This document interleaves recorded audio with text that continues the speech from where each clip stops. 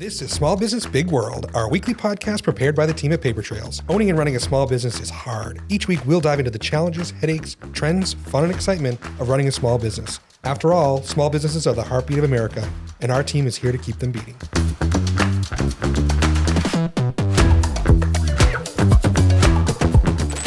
All right, welcome to Small Business Big World, our weekly podcast where we talk about all things small business. This week, my guest is Amanda Majewski.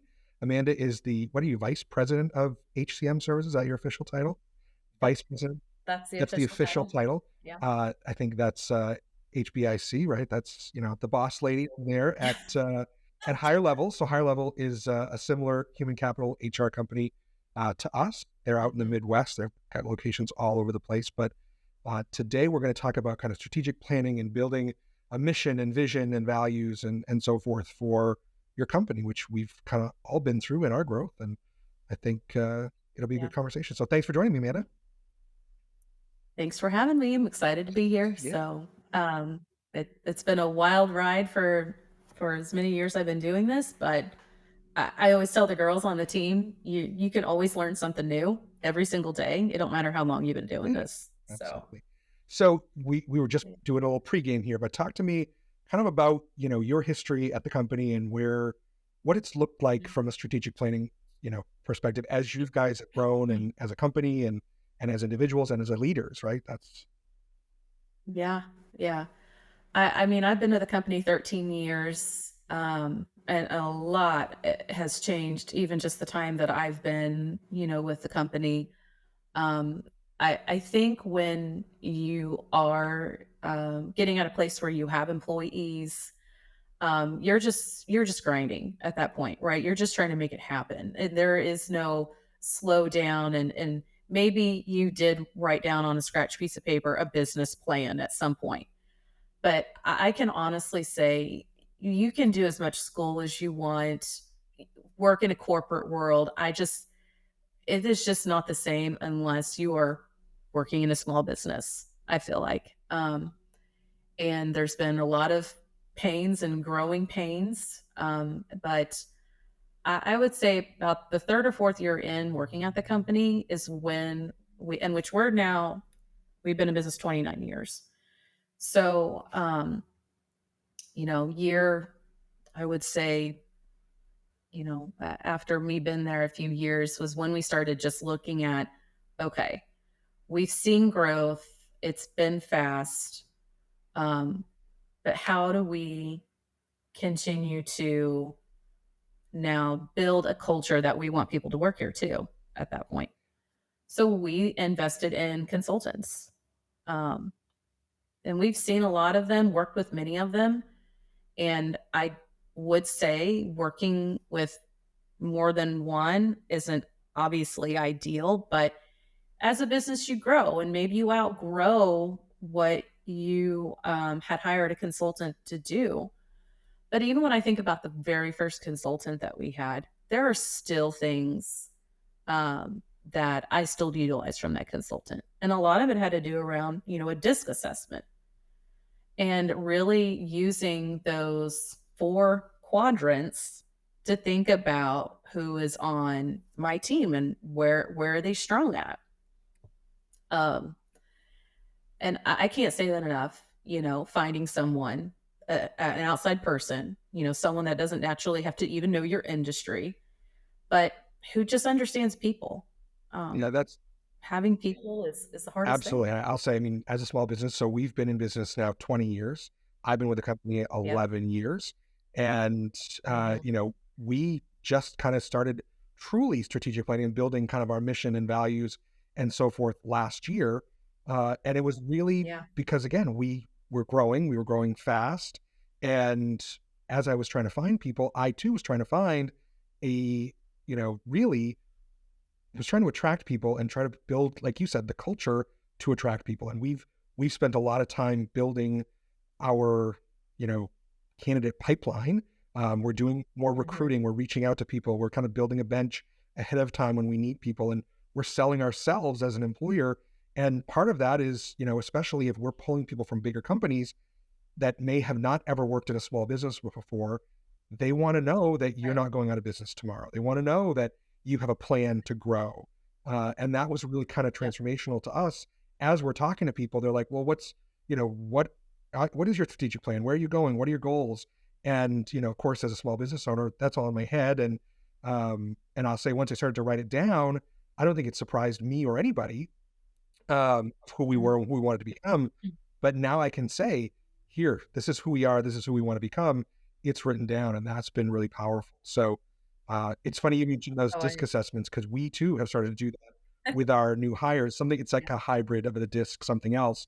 Yeah. And Yeah. it's been really cool because we go through an interview process and then we'll run them through an assessment.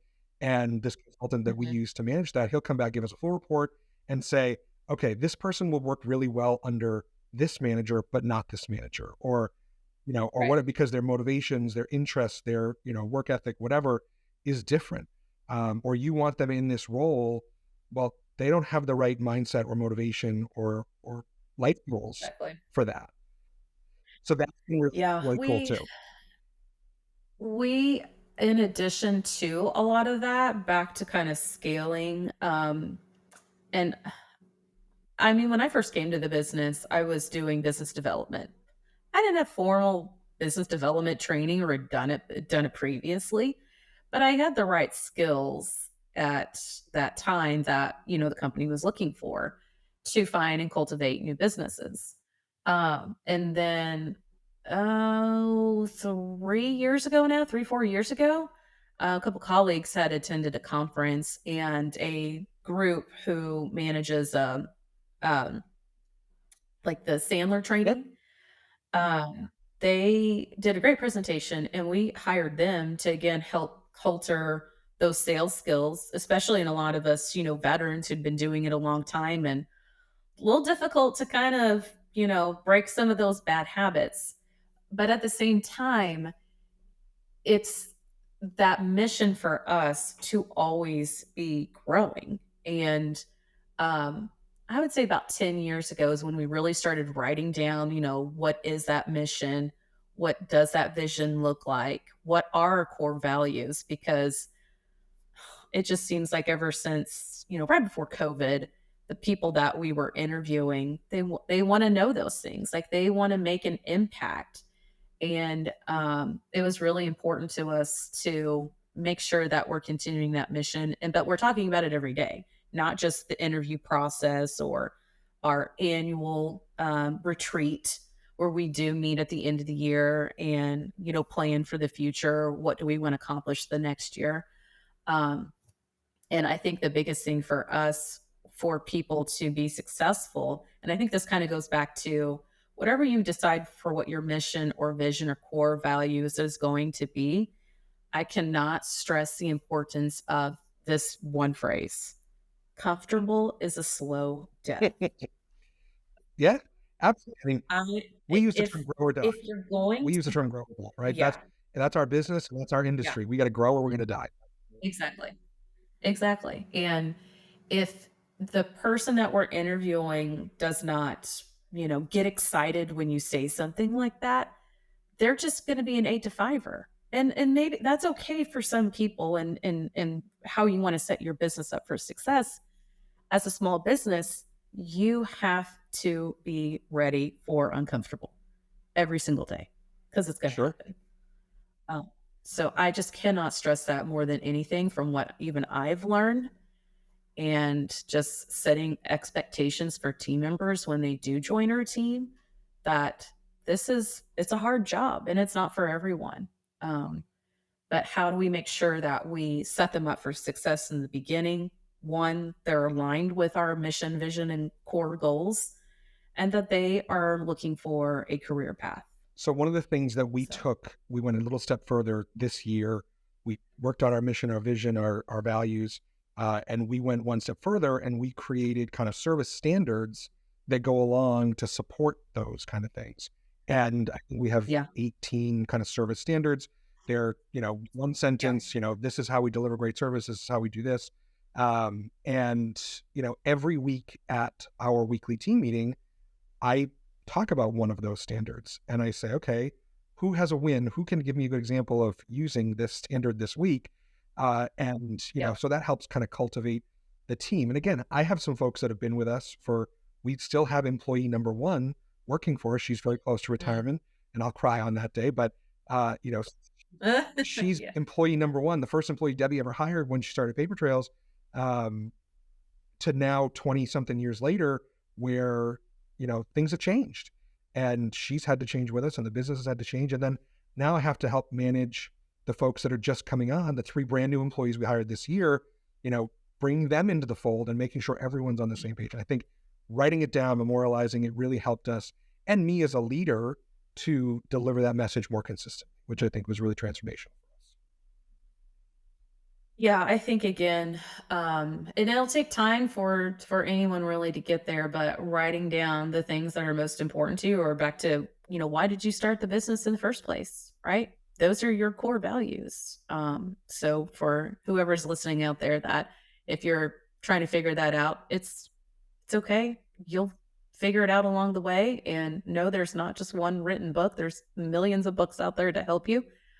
But you just always think back to, why did you start this business in the first So place? it's, yeah. So So how did you guys go about that process? I know you said you hired a consultant. Did you do vision boards and yeah, all that all that fancy stuff? we did. We did all of that. We had the which actually you can probably see, you see that sticky board Yeah. right behind me? Those big Post-its, those really Yep. big Post-its. We have gone through, I couldn't tell you how many of those over the years. And it literally is just putting them up on the wall. We first kind of would always start just like a big group kind of brainstorming, and just writing ideas down. And then we would sectionalize the certain ideas. And then we would break out into groups, further go through that, particular now smaller list, and figure out what is the most, almost kind of like Yeah. prioritization, because you can't accomplish it all. But what is the most important, or what is the most critical thing, or what's going to, get you to that revenue threshold that you want to be at? And then those are your priorities. And the other's just going to, it's just going to have to wait, or just, it just doesn't make the list. And that's okay. So yeah, we So yeah. when I started kind of writing my, the mission and the vision and the values and so forth, I actually Yeah. I kind of did it myself as I'm like, okay, I'm the leader and I need to get my thoughts of, again, why we're in business and where we want to go. And I rented myself a hotel room for the day and I literally went because I needed to get away. It was kind of my own little conference. And I really kind of Yeah. worked through some of that stuff. And I said, okay, I had been taking a bunch of notes because this had been a goal of mine personally. So I had, pages of Right. notes of different things from the last several months. And, I kind of did the first framework. And then I came back and I said, okay, to my management team, this is who I think we are and who I think we want to become and why we exist and so forth. What do you think? And they actually came back and said, well, you're too ambitious there, right? That word is, Right. They brought you yep. back down to Yep, but they reality, also just a said, hair, "Hey, you forgot about, this whole piece. What about our community involvement?" That was one thing that really is something we are very involved. I'm very passionate about serving the community and giving back to the community that supports Yeah. us, and so is my team. I encourage everyone to volunteer and be on boards and all that stuff.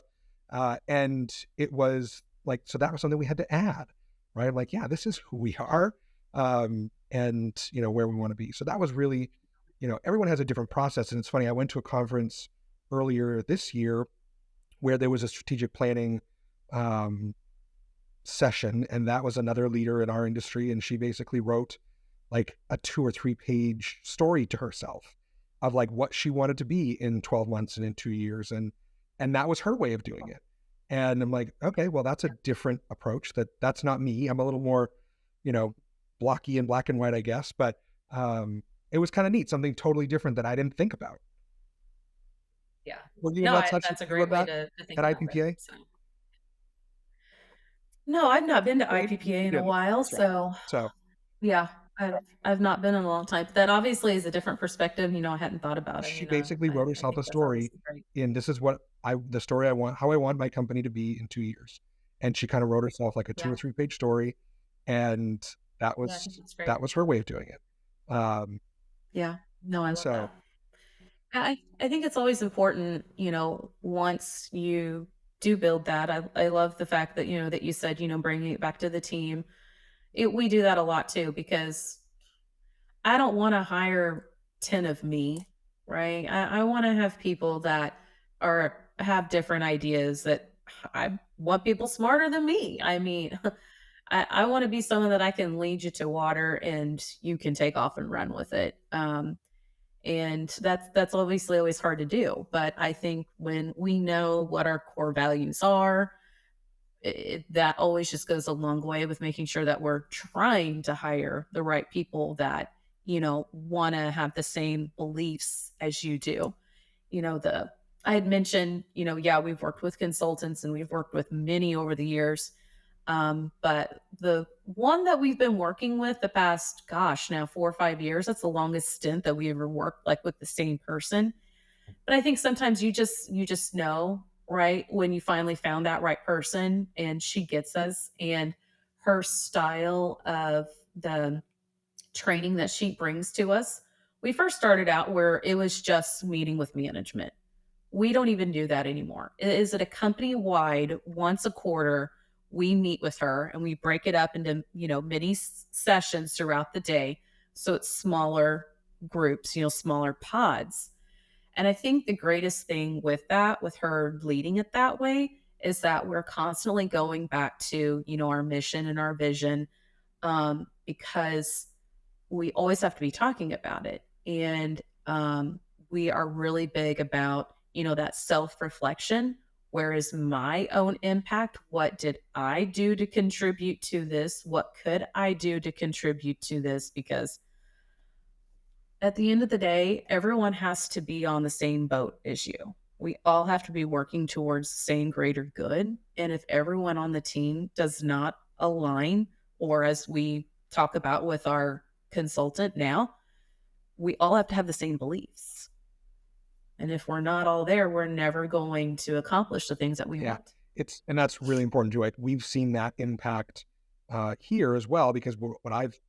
when I did our our mission, our vision, values, so forth, then we got together kind of as the management team and we did our strategic plan for the next kind of 18 months, 2 years. And once we kind of Right. built that, then we rolled it out to the team for the first time ever. Right? It wasn't just me rowing in the direction by myself. I need everybody paddling. We're not going to get across the finish line. So we got together late last year, rolled out to the whole team. This is where we're going for the next 18 months, 2 years. And now I can tell you, we're, at this point, we're recording this in August. We're about, 8 or 10 months into our plan. Have things changed? Absolutely. Have we adjusted and Mhm. adapted? Absolutely. The management team and I meet on a quarterly basis to review that strategic plan and say, okay, so we're holding ourselves accountable. Okay, what have we accomplished? What do we need to accomplish? What has zigged or zagged or changed? And it is a living document. It's not something, especially in business today, like you said, Oh, every day is uncomfortable. Every day has, issues. And that brings up, I mean, there are opportunities and changes that happen every day. So, it definitely is important to kind of hold yourself accountable to your goals as well. But then we just did last week a kind of a mid-year update for our team. We did everyone in the room. We did half a day lunch training, strategic planning update, some fun. And I said, okay, remember what I told you, last year. This is where we were going. Here are our sales goals and how close we are to getting them. And this is why. This is what's worked, what hasn't worked. Here's our operational goals. We told you we were going to hire this many people. We have. We haven't done this or we have done that. We told you we're going to make some efficiencies here and there, and we have. Or we're continuing to work on those. And oh, by the way, these are some things that we're adding that weren't originally there. And this is what's going to happen, what our plan is for the rest of the year. And that was a really good yep. conversation for everyone in the room to say, for them to ask me questions like, okay, we tried this a couple months ago, it kind of fell flat, what happened? And, it was really, really good conversation. I think it's, I always sometimes have a hard Mhm. time reading the room because I'm a talker and I always am talking too much, I feel like, but, you know, I, I think everyone left feeling, like they knew where we were going, what was going on, based on the conversations anyway. I mean, I don't think we see that big rah moment like you might see in the movies, but, Yes.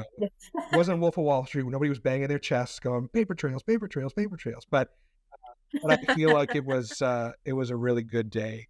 as we were all having a good conversation. So, and that's Yeah, I important. Let think it's everybody work in just this direction. I yeah, I think also, obviously having the team get together, that's important. And, we do weekly meetings as well and talk about numbers, where do we need to work or improve, whether it's operating efficiencies or, do we need to fire a client? They're sucking the life out of us, whatever it may be. Those are things, those are very important details. And at the end of the day, we're all in this together, and I want the team to feel like they are a part of something that they signed up for. Yeah. So, In that second piece, in that kind of service standards we created, one of them is you own the client experience, and I trust you yeah, to do whatever you need to do exactly. to either take care of that or take care of the business, right? And sometimes that might mean you coming to me and saying, this client isn't right for us for X, Y, and Z reasons, right? And I mean, I have Mhm. told my staff probably more than once, fire them, right? Like not all clients are right for us. And of course, even if we ever do that, it's not like, it's not the Donald Trump you're fired moment. It's, we just don't feel like we're the right Yeah. thing for you. Let's work on a transition out. We will help you do whatever you need to find a better provider, whatever that may be. There's a right way to do it, of course. But we've learned, and that is giving good service to that client, but also to all of your other clients, because 9 times out of 10, that bad client is sucking your resources. They don't want to pay. They're bringing morale down. It's just not a good thing for the Mhm. organization, including for your employees, who you obviously want to come to work and be happy, but the organization as a Yeah, whole. yeah, we actually just recently started, um, I wouldn't say a campaign, but back to, you have people on your team that you expect that they're inspecting some work, and we know labor is expensive, and we have to be constantly looking at our efficiencies because we don't want to have to hire more people to do the same amount of work, etc. Right? And so, we really just have been focused on where can we improve our time for processing, right? Our time for getting payrolls done, etc.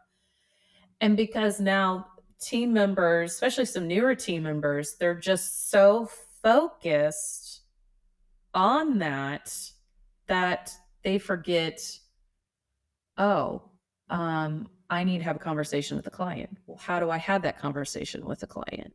You know, and at the end of the day, a client has to be now retrained on a process when they're like, well, it was working before. Why did it change?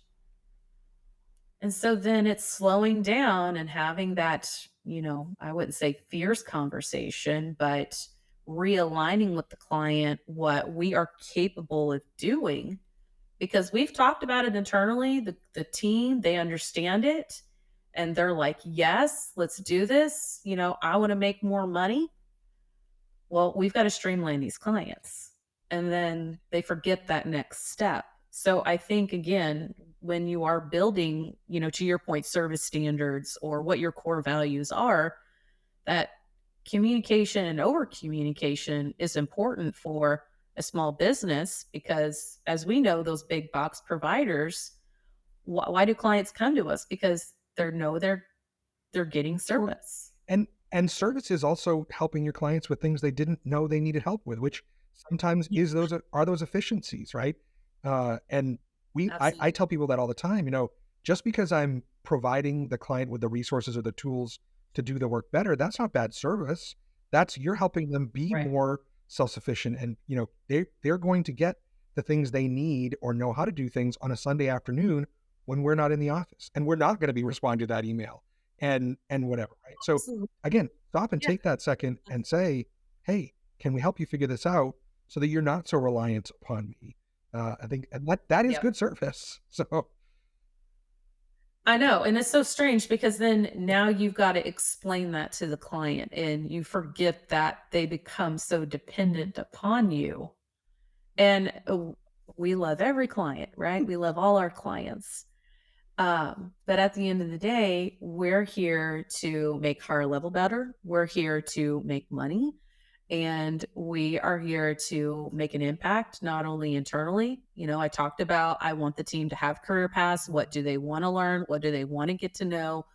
But there also has to be, I feel like, when it comes to clients, and, again, part of your strategic planning, who is an ideal client for you? I think that is so important. That's something you have to consider in your strategic planning as Right. And well. who do you want to go Who do you want to do business with? Exactly. Who are you going to target? And I think, again, we've been able to identify those things with working with, the sales consultant that I talked about, that follows the Sandler model. It just really just brought a lot of that to light, because otherwise you're wasting time, you know? Absolutely. We started our I cannot strategic stress planning that. kind of with a SWOT analysis, our strengths, our weaknesses, opportunities and Yep, threats. And to be honest with you, absolutely. that, quadrant project, thing, we did the same thing. We took the sticky notes and the big sticky notes, put them on the wall, and everyone wrote, what are our strengths? What are our weaknesses? What are the opportunities and what are the threats? Mhm, And we tried to say, okay, how do we capitalize on our strengths and continue to mhm, manage that?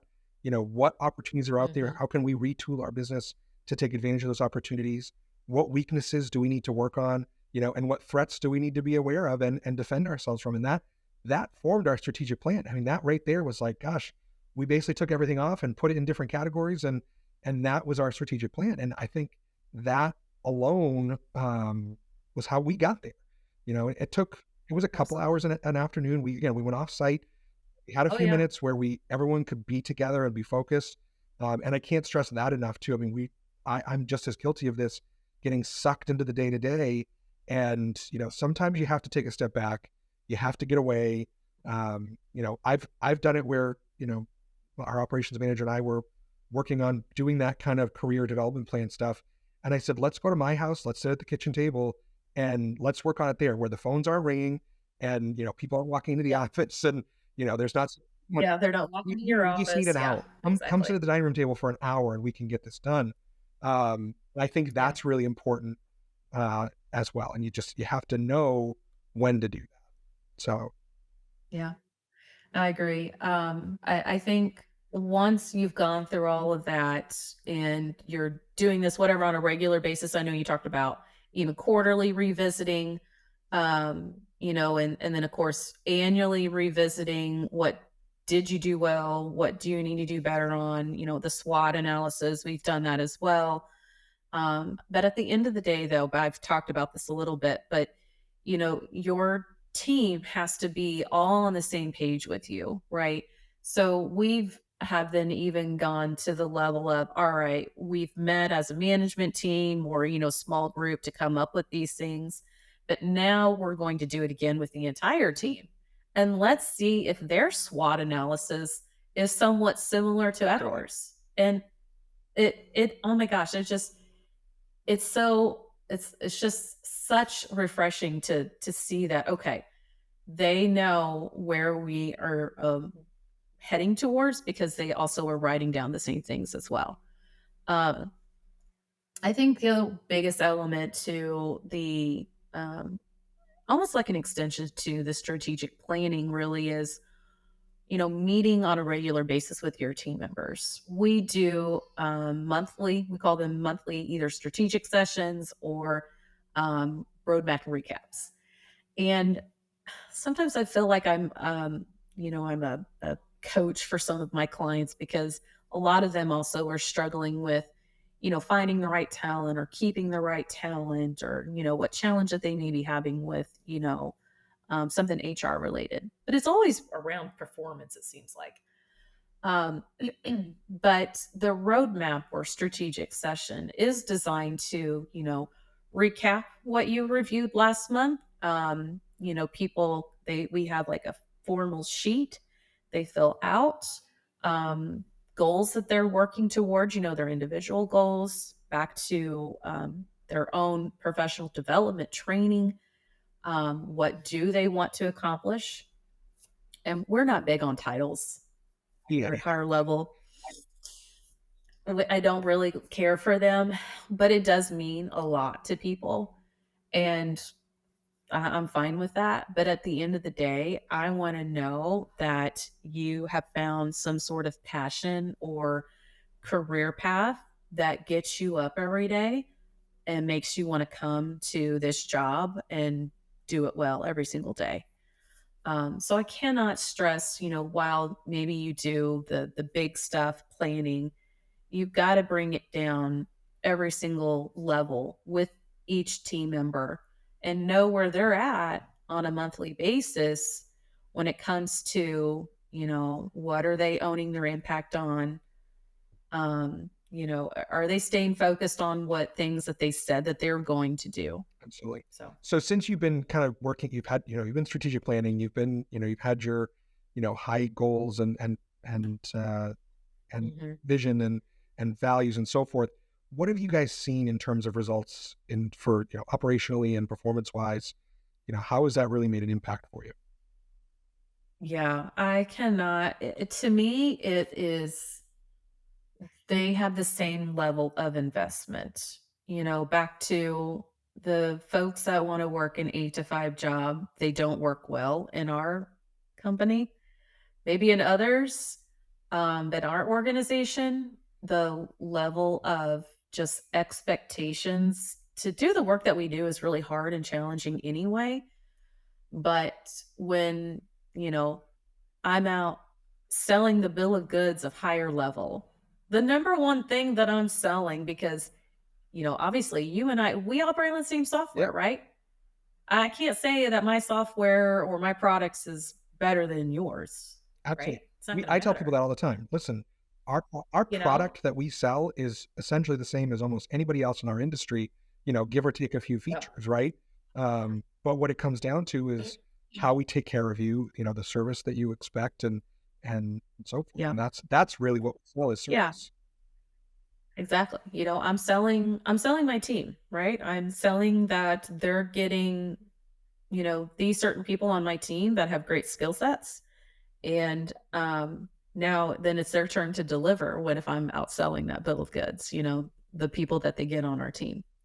So I think ultimately you've got to have those check-ins with them on a regular basis. I mean, sure, I know you said it. We do this as well. We do a weekly team meeting, but that's everyone on the team. There's now like 25, 26 of us on our team, and that's hard to do from a level of like, okay, we're going to do this strategic meeting every Friday.